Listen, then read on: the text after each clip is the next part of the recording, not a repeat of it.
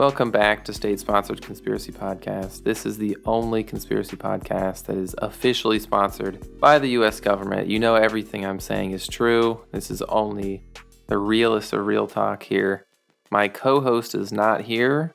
I would love to say that is for some sort of cool reason, like his cover was blown, or he is in some secret court underground. But the reality is that he got in a fight in a Wendy's bathroom, and he is in jail. He didn't do it. Like, he is innocent, because it was self-defense, and the employees deserved it. But until that gets resolved, I'm just flying solo back, just like the original podcast. Today, this is an episode I wanted to do from the very beginning, but was slowly accumulating enough material for, and that is conspiracies outside of America. I wanted to talk about conspiracies that are popular in other countries, because some of these I had never heard of before at all, and some of them are very funny to me. And I think, maybe sometimes it's good to take a break from American conspiracies and branch out. We don't want this to be a Americentric podcast. Well, actually, I do, but it's fun to branch out. We should start with Mexico, our neighbor, and I think some of our craziness is rubbed off onto Mexico. They had, during COVID, Mexico had their own sort of special OC conspiracy, where they said that COVID was a front to get people into hospitals, kill them, and then harvest their knee fluid, aka their synovial fluid. And supposedly synovial fluid is so valuable that COVID was set up just so they could harvest it from the knees of the Mexican population.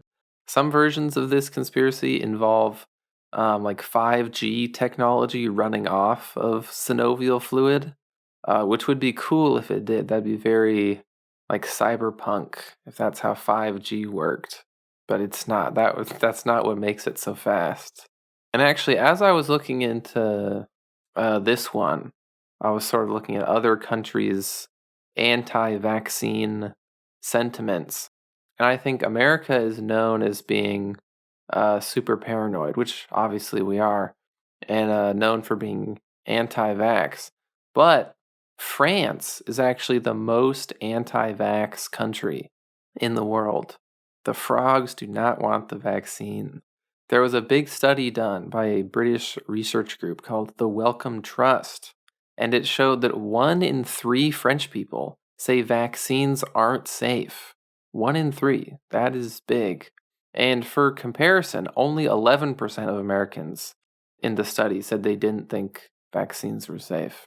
Generally speaking, the most pro-vaccine countries are the less industrialized ones. So the most pro-vaccine country was Bangladesh in this study, where only 2% of them were anti-vax.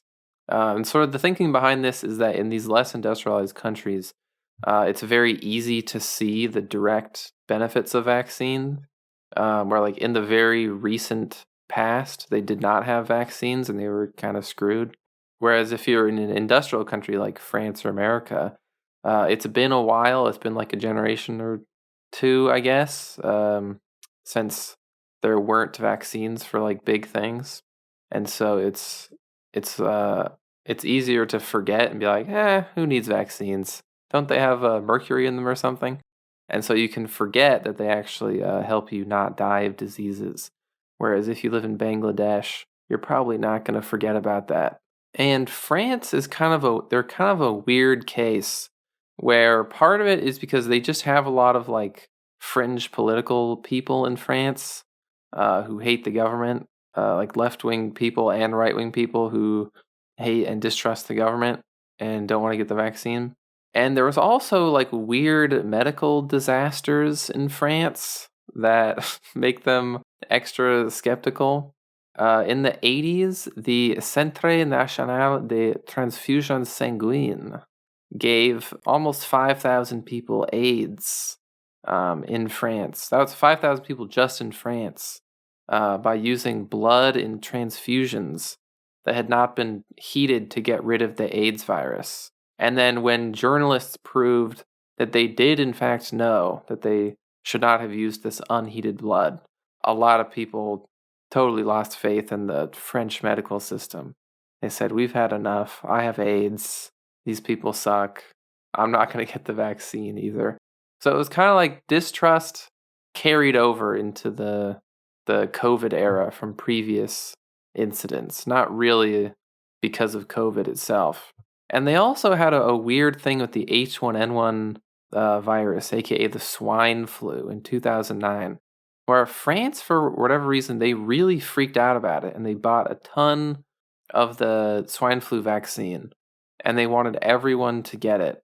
And they had this huge national rollout planned, like a COVID-esque rollout planned. But they didn't let general practitioners, sort of like normal doctors, give it to people. And people were mad about that. So then the government said, all right, we're going to have 2 versions of the vaccine. We're going to have one for normal people, and then we're going to have one without the adjuvant, which will be for kids and pregnant women. And adjuvant is basically the part that's like a little bit of the virus, but it doesn't give you the virus, it just gives you immunity. And so when people saw that, they were just like, well, why do you need a kid version? Is it safer than the normal version? I don't want to get the normal version.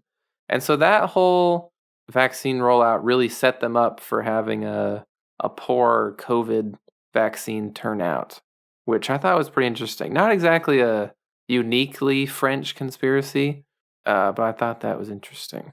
But to get back to Mexico, there is a lot of like cartel related conspiracies, most of which are like, I think this guy is working with the CIA, which, I mean, he probably is.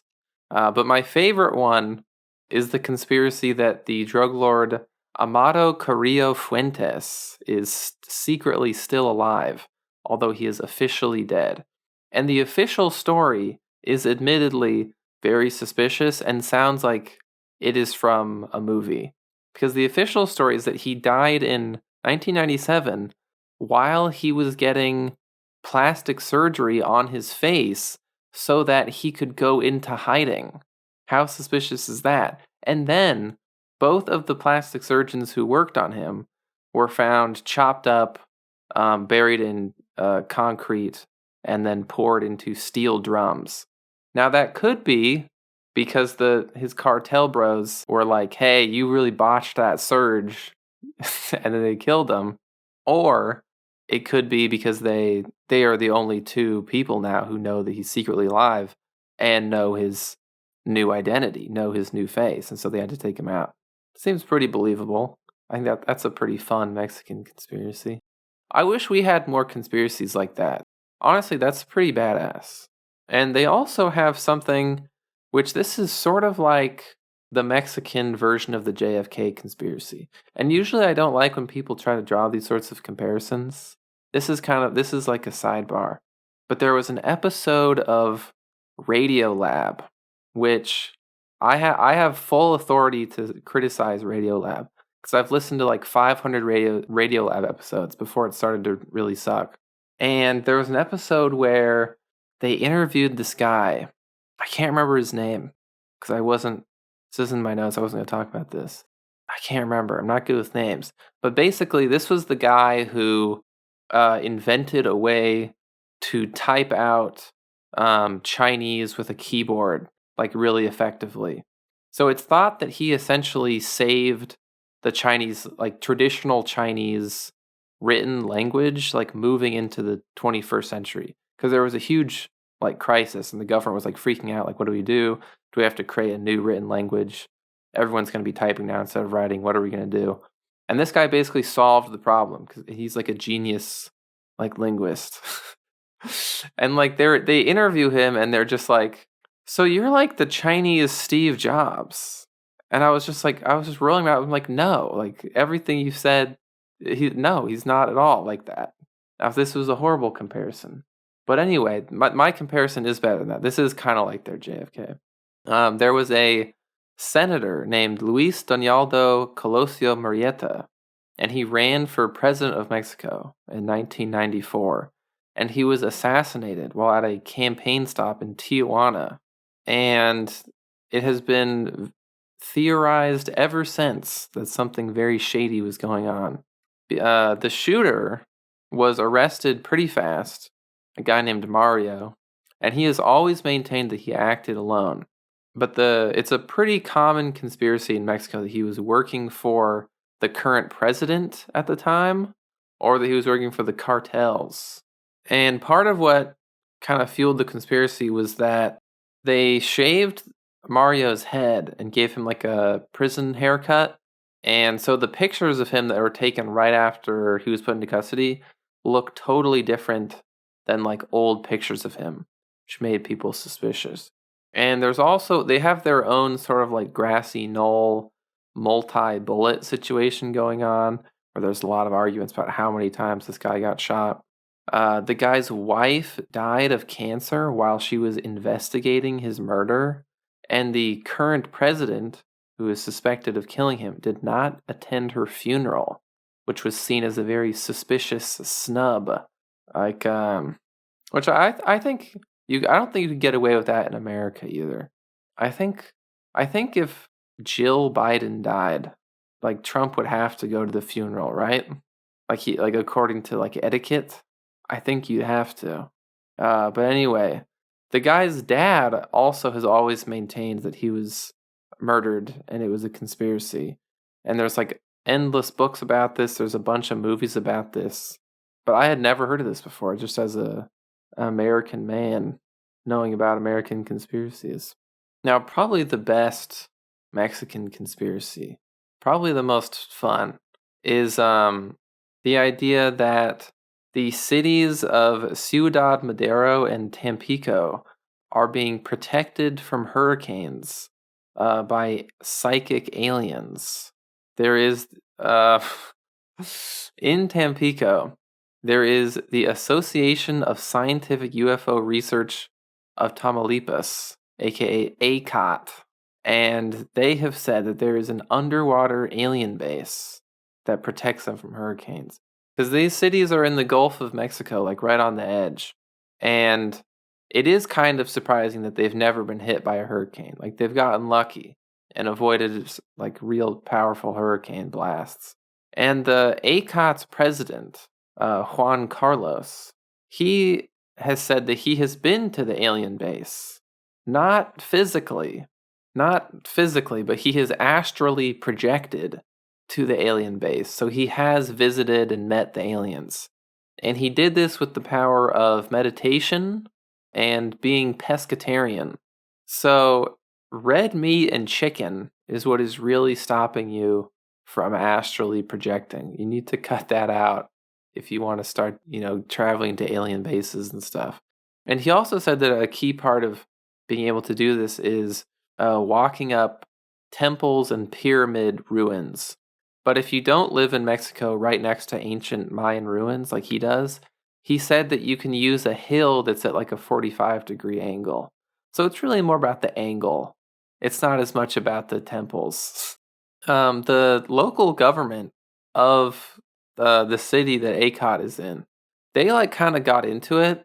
Like they thought it was fun too.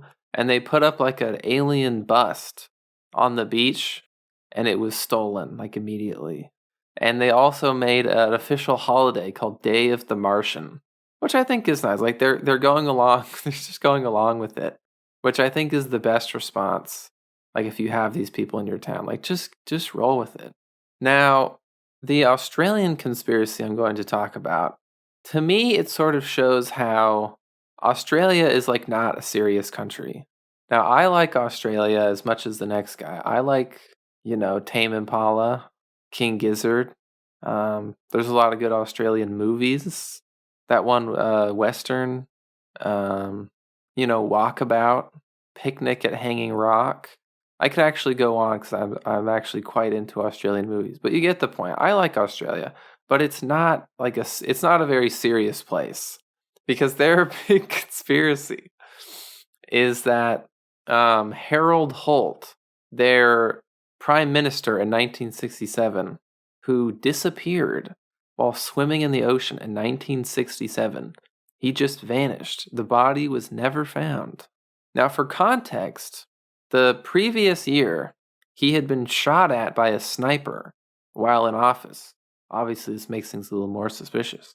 And because of, the time that it was, and because, again, Australia is basically not a real country, he had no, security detail.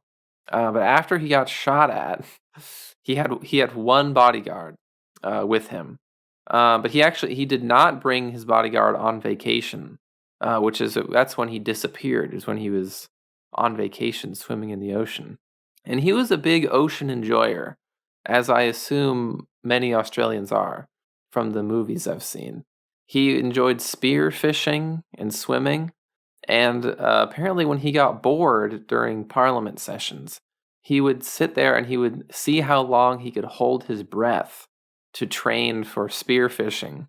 He was basically like the living incarnation of the sort of I'd rather be fishing like boomer.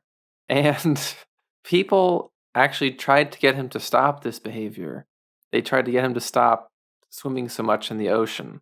And he told his press secretary, Harold Holt, told him, "Look, Tony, what are the odds of a prime minister being drowned or taken by a shark?" This is a real quote from him. And earlier, a few months before he disappeared, he was swimming and he had to be rescued, actually. People had to drag him to shore.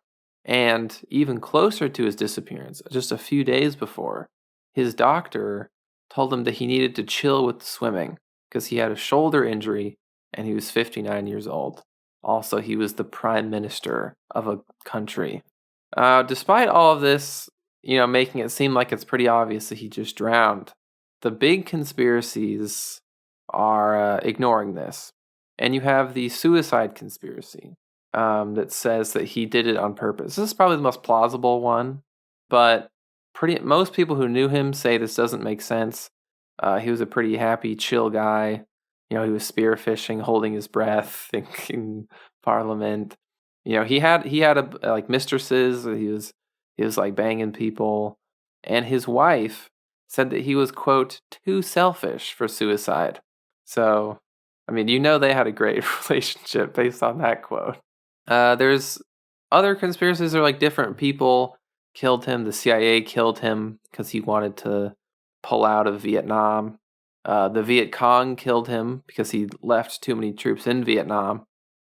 He faked his death to be with his lovers. That's the most romantic version of the conspiracy. Then there is the ultimate version, which was put forth in a book called The Prime Minister Was a Spy, which came out in 1983, so way afterwards. And it was by a British writer named Anthony Gray. Anthony Gray, at one point in time, was a real reporter. He was not just a guy who wrote this book while he was on crack or something. He worked for Reuters, and he was imprisoned by the Chinese government for 2 years back in the 60s. So possibly that experience made him a little bit biased against China. Also, maybe it made him crazy, because the argument of the book is that Harold Holt was secretly a Chinese spy, and he swam out to the ocean, and he was picked up by a secret Chinese submarine, which whisked him away to live the rest of his life in China. He got this theory from a former Australian Navy officer named Ronald Titcombe, which is an extremely Anglo name. And the book says that Holt had worked for China for pretty much his whole life. He linked up with them when he was in college, and then he finally got into position at Prime Minister. But just as he got in, he found out that the Australian version of the CIA was onto him, and so he had to bail and go for his final swim. This book was not taken seriously by anyone, pretty much ever. It contained a lot of stuff that was just provably false, to the point where it could not even get a following of crazy people going. If you can't even get that audience, you've really done something wrong. Australia's Attorney General said, quote, "The whole tale seems to be straight out of fruitcake land." Which I don't know if that meant he was saying the conspiracy was gay, or if that's, maybe they don't, that word doesn't have that connotation in Australia. And Holt's wife said that he, quote, "didn't even like Chinese food." So another great quote from the wife. She handled his death very well, obviously. She was doing great. That's about how seriously this conspiracy was taken. However, the Navy guy, Ronald Titcomb, ended up suing the British newspaper The Observer for libel because The Observer had called the book a hoax. And he ended up winning a ton of money in this case because for weird, British libel law reasons, The Observer would have had to prove that Ronald Titcomb was basically lying on purpose and acting in bad faith, and they couldn't. They couldn't prove that he was lying and not just being like a delusional, idiot. And so they had to give him a ton of money. It has since become a sort of Australian meme. Doing a Harold Holt means making a quick exit. Sort of like an Irish goodbye, I guess. And the Australian Army dedicated a pool to him, the Harold Holt Memorial Pool, which that's obviously that's like an ironic memorial is pretty dark. I didn't know the Australian sense of humor and banter was that dark. I guess it's sort of British in a way, and I thought that was pretty funny. Now moving on to another island, Taiwan. Taiwan is full of conspiracies and weird religious cults, it turns out. Obviously, everyone knows it's full of microchips, and that's why we're going to have to save them from China, as I've discussed previously in an ad read. But there are a lot of conspiracies about the country status of Taiwan. There's some people in Taiwan who think that they're still part of Japan, like the Imperial Japanese Empire. But the big one is that Taiwan is secretly, legally part of America. There is a group called Taiwan Civil Government, or Taiwan Civil Society. I strongly recommend visiting their excellent website, where they discuss how Taiwan is in fact legally part of America. The website has a lot of pictures on the side, and it alternates between Taiwanese pictures and American pictures to sort of give you this sense of unity. So there will be a Buddhist shrine, and then the next picture is Ronald Reagan. And then there will be a hot Taiwanese girl with a crop top, and then a bald eagle. And it just goes back and forth like that. Taiwan, America. Do you see the connection? And there's a picture of Uncle Sam, and it says, "I want you to love the Taiwan session," which is great. They have a physical office in Taiwan. This is not just a website. And their office is covered in huge American flags. This is what their website has to say about their big point. And I'm going to do a Taiwanese accent, but it's going to be tasteful. Taiwan is a territorial cession under Article 2B of the Senate-ratified San Francisco Peace Treaty of April 28, 1952. The treaty did not specify a receiving country for this territorial cession. However, Article 23A confirms the United States of America as, quote, "the principal occupying power." The scope of application of this legal responsibility is clarified by Article 4B, which gives disposition rights over Taiwan territory to a federal agency called the United States Military Government. So that is their big argument. Now, in real life, outside of this crazy website and these people, the Treaty of San Francisco, what it did was it officially restored peaceful relations between Japan and the U.S. after World War II. That was the big point of the treaty. And so Japan, they gave up Taiwan, and the legal status of Taiwan was left undetermined because, the tricky situation was China was already there, and America didn't want to deal with it, and so they just left it as is. But according to these guys, they're saying, no, we are part of America still. And the rest of their website is really technical stuff, you should be able to get a passport from America. My Taiwanese passport is not real. And I mean, obviously, sort of the motivation behind this is like, well, if we're part of America, we're definitely not part of China. Um, and I mean, I guess I'd be down for taking on Taiwan as the 51st country. I think that would be fun to just have a sort of a random 51st state that has like 20 million people and they don't speak English and they are, China. That'd be cool. I respect this attempt. Hope good luck to them. I hope they don't get taken over by Xi Jinping. Now, Germany has a sort of similar conspiracy, but really what this German thing is more similar to is sort of like the sovereign citizen movement in America, which I'm sure you've all heard of, but I might do an episode on because it's very funny.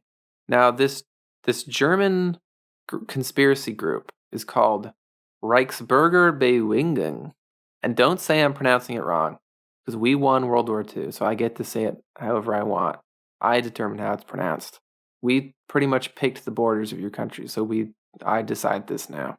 Now, according to these people, the burgers, I'll just call them the burgers, the current German government is not real. And guess what they think the real one is? No, it's actually not the Nazi one. It's the Second Reich, which was the one before the Nazi one, before Germany was their little democracy period. The Second Reich was the German Empire that was founded in 1871. That's what they think is still legally real. And so they don't pay taxes, and they make their own passports and driver's license, kind of like sovereign citizens do over here in America. Because, they say, was this driver's license issued by Wilhelm I? No? Well, I don't want it then. This is useless to me. And mostly what they do, like their main activity, is they absolutely blast local German courts with tons of motions and like nonsense complaints.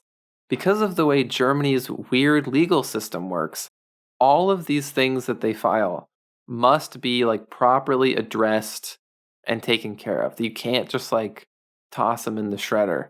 So they're known for creating like endless amounts of totally pointless paperwork for these like poor random German bureaucrats. Also, one of them shot a cop, and they have had various plans to overthrow the government, be exposed and broken up. But that's more of a side thing. Their big main activity is spamming the courts with nonsense. So according to them, modern Germany is not a country, but merely a sort of business construct that was created by the Allies after World War II. And their big thing is that Germany never signed a peace treaty after World War II, which that is true. Germany officially surrendered, but because there wasn't even really a government at the time, there was not like a peace treaty. So they say Germany is an LLC, and the so-called citizens are just employees. And these guys are actually made fun of by neo-Nazis in Germany for being too wacky. And it was originally started by a guy named Wolfgang Gerhard Gunther Ebel, which is an extremely German name. And he has issued thousands of arrest warrants against people who have denied his self-made driver's license. And he has been arrested himself by the real police many times. And they're like Mercedes with like green flashing lights on top, and they're like yellow vests. And he gets arrested for like impersonating a public servant. He's never like shot anyone. He's not one of those guys. But he always gets off because at some point a court decided that he was legally insane. And so he's never done like real jail time for any of his shenanigans. He supposedly owns a helicopter, which is, I would be concerned about that. This is not someone who I would want to have flying a helicopter around my neighborhood. Now, a small foreign conspiracy I want to mention that does not belong to any particular country, but is more of just a general sort of Muslim thing, is that Neil Armstrong heard the call to prayer or the azan while he was on the moon. And when he came back to Earth, he converted to Islam. I guess sort of the origin of this is that like the moon is like a big symbol in Islam. And I mean, you can picture like the Muslim like Facebook posts about this now. Like you can just instantly picture it in your mind. It's great. And apparently this sort of became such a big thing that the State Department sent out an official letter to different embassies of Muslim countries saying, no, Neil Armstrong is not a Muslim. And Neil Armstrong himself has actually addressed it in a book that he wrote. He said, no, I did not hear the call to prayer while I was on the moon, which I think is pretty funny. Now moving on to the Philippines. There's two good Filipino conspiracies I would like to get into.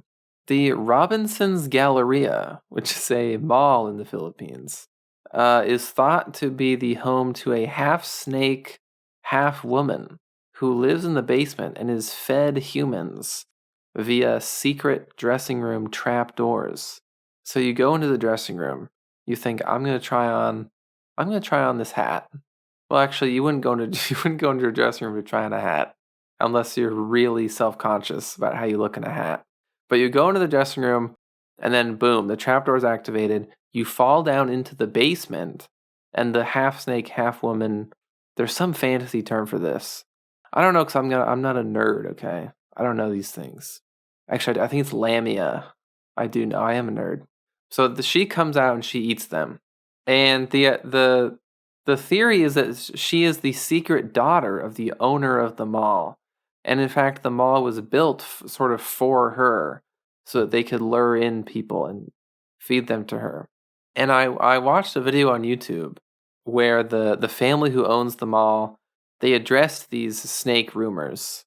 And it's because it kind of became like a thing. They even had like a commercial where like an actress, there was like a snake, and like they kind of like play into it. And I thought I would learn something from this video, but it didn't have subtitles, so I didn't know what they were saying. And I looked in the comments to try to learn more, but the comments were it was just Filipinos saying, like, oh, the 90s were such a classy time for the Philippines. Like, everyone was so classy and well-spoken. It was just like Filipinos being nostalgic for the 90s, which, nothing wrong with that. Now, the more serious Filipino conspiracy has to do with Ferdinand Marcos, who was the dictator from 1965 to 1986, which is a long time. We had 5 presidents during that time, to put it in perspective. So this guy was really locked in. And he did all kinds of, bad stuff. He killed a bunch of people. But one of the things he was really known for as dictator was stealing money from the country and just transferring it to his family's private funds. He stole the equivalent of something like 11 to 20 billion American adjusted for inflation dollars, which is a pretty insane amount of money. And some of this money came from the US. We would send him money as like a thank you for putting some Filipino troops in Vietnam. And he would just say, thank you, I will put that into my personal bank account. I assume that is what you meant. So his family became insanely rich as a result of this. And his son is the current president. And so the supporters of the Marcos family and his son, they have created this conspiracy to explain why they are so rich and why it's not because they stole all the money from the government. The real reason, according to them, is that they found a secret hidden treasure of gold in the Philippines. They found Yamashita's gold. And Yamashita's gold is itself a little bit of conspiracy, because most historians would probably say that it doesn't really exist, but like it could exist. And it is supposedly all of the treasure that was looted by a Japanese general, Yamashita, and he had to leave too fast. And so he stashed all of his treasure all over the Philippines as America was kicking everyone out. And Ferdinand Marcos, he went exploring and he found it all. And that's the real reason he's so rich. Is because he found all the gold coins that this World War II general hid in caves. And people actually like put this forward. Ferdinand Marcos's wife has said this, for instance. She said, we found the treasure. Like, we found the One Piece. And that's why we're so rich.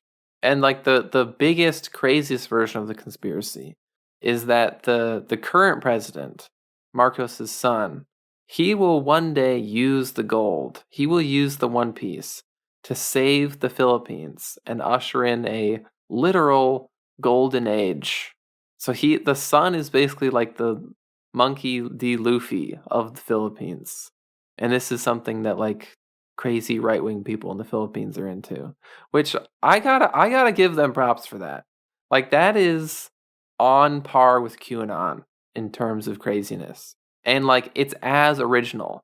Like, imagining like the dictator of your country with like a headlamp, like looking through caves, like finding like golden statues of the Buddha. Like, that is on par with believing that Donald Trump is like going around underground tunnels, like picking up kids in his arms. Like, it's gonna be okay. Like, they caught up to us. That's pretty good that they were able to come up with something that's that insane. I will now move on to Korea. Now, you have probably heard about Korean fan death, but in case you haven't heard of it, in Korea, less so now than in the past, but in Korea, it is considered dangerous to sleep with a fan, because it's thought that it could like kill you by like asphyxiating you or whatever. This was like a genuine public health concern, and like real publications were saying like you can't sleep with a fan. And the Korean conspiracy is that their government actually started this idea to save electricity during the 70s energy crisis. That's the whole conspiracy. That's kind of a short one. But I thought it was interesting, so I wanted to bring it up. Now, moving on to India. This is the final country I will cover, and they have some really good ones. Basically, right-wing Hindu nationalists in India have created a lot of, we was type conspiracies. For instance, they have said that Shivkar Bapuji Talpade invented the airplane 8 years before the Wright brothers. And his plane was a bamboo cylinder that ran on mercury. This is not real. There's no contemporary account of this flight or anything. And the better version of this conspiracy is that Indians invented flight way earlier than the Wright brothers, like 3,000 years earlier. They had planes. And how you get those sorts of conspiracies is basically these like Hindu nationalist people look at the epics, like ye olden Indian tales, and they see something that was supposed to be like mythical or supernatural, and they just say, well, that was actually because of our advanced technology. So there's an epic where a woman has 100 children, and then they say, well, this is because they had advanced like stem cell technology. Man, India was so advanced. And they see that there was like a flying temple, like a castle in the sky. And they say, damn, we had like jets. India number one. A governor in India, or sort of like the equivalent of a governor, Biplop Deb, he said that ancient Indians had internet, and he based this on an epic where a character tells his king exactly what happened in a battle right after the battle, even though the battle was very far away. So he sort of said, well, look at this instant communication. Clearly they had internet. India number one. And they've said that ancient India had nukes. Now keep in mind, this is basically like Bronze Age India. Bronze Age India had this stuff. So there's epics where there's like god weapons that come down and like make areas unusable afterwards. Like, it's so devastating you can't grow crops there. Obviously, that's the fallout radiation. India number one. We had nukes. And I think looking at this, like, after reading about that stuff, I realized there's sort of a pattern developing here. With this and the last couple episodes of talking about the Nation of Islam, and the like Black Israelites and stuff, it seems like people really just enjoy, making up past accomplishments for themselves. And no group is immune to this. Everyone likes to do it. Everybody likes to make stuff up about the past to make themselves seem even cooler. This seems to be like a pretty universal human thing to do. And I think it's like particularly big in like areas that have been beat up by like colonial powers, or like people like, not, it doesn't have to be people colonizing them, but like people keeping them down, like the British in India, and like the slave masters in America, and then the government later in America. And I think it's sort of like a self-defense mechanism where if everyone is saying like, "Oh, you suck, you have no culture," you might just turn around and say, "Oh yeah, we have no culture? Actually, we're Jews." Or actually, we had nukes 3,000 years ago. You might be tempted to take that path if the white man, keeps you down for too long. And then if you're a white man who's saying this stuff, like if you're like a Christian identity guy or whatever, you spent too much time on the internet or something, or you don't have a lot going on in your life. And I guess the other I think conclusion we can draw here is that Americans are not the only people who can get into like crazy paranoid conspiracies. I would just like to put that out there. Americans, maybe some things we're bad at, working out, not gaining a lot of weight. Maybe we're not great at stuff like that. But I will not have America be accused of being the only country with people who are a little too anointed, a little too into the conspiracies, because clearly every country likes to get into some conspiracies. So I think that's kind of nice to know. And if there are any conspiracies, I look at the stats. I know not all of you guys live in America. If there are any conspiracies in your country or even like your area that you don't think your average American, such as myself, would have heard of, you can email them to me. I would like to know. I'd like to hear about them. If you would like to donate to my co-host's legal defense for the Wendy's bathroom brawl incident, we're going to be setting up a GoFundMe for that. He is not in the wrong, but it's going to be difficult for a jury to understand that. That's sort of how I'll put it. Like, he is innocent, but the jury is going to say, well, he started the fight. He escalated the fight. He pulled them into the bathroom. And that's going to make it look like he's not innocent. So the GoFundMe for that is going to be up. That's going to be up soon. Email me your conspiracies. Thank you for listening.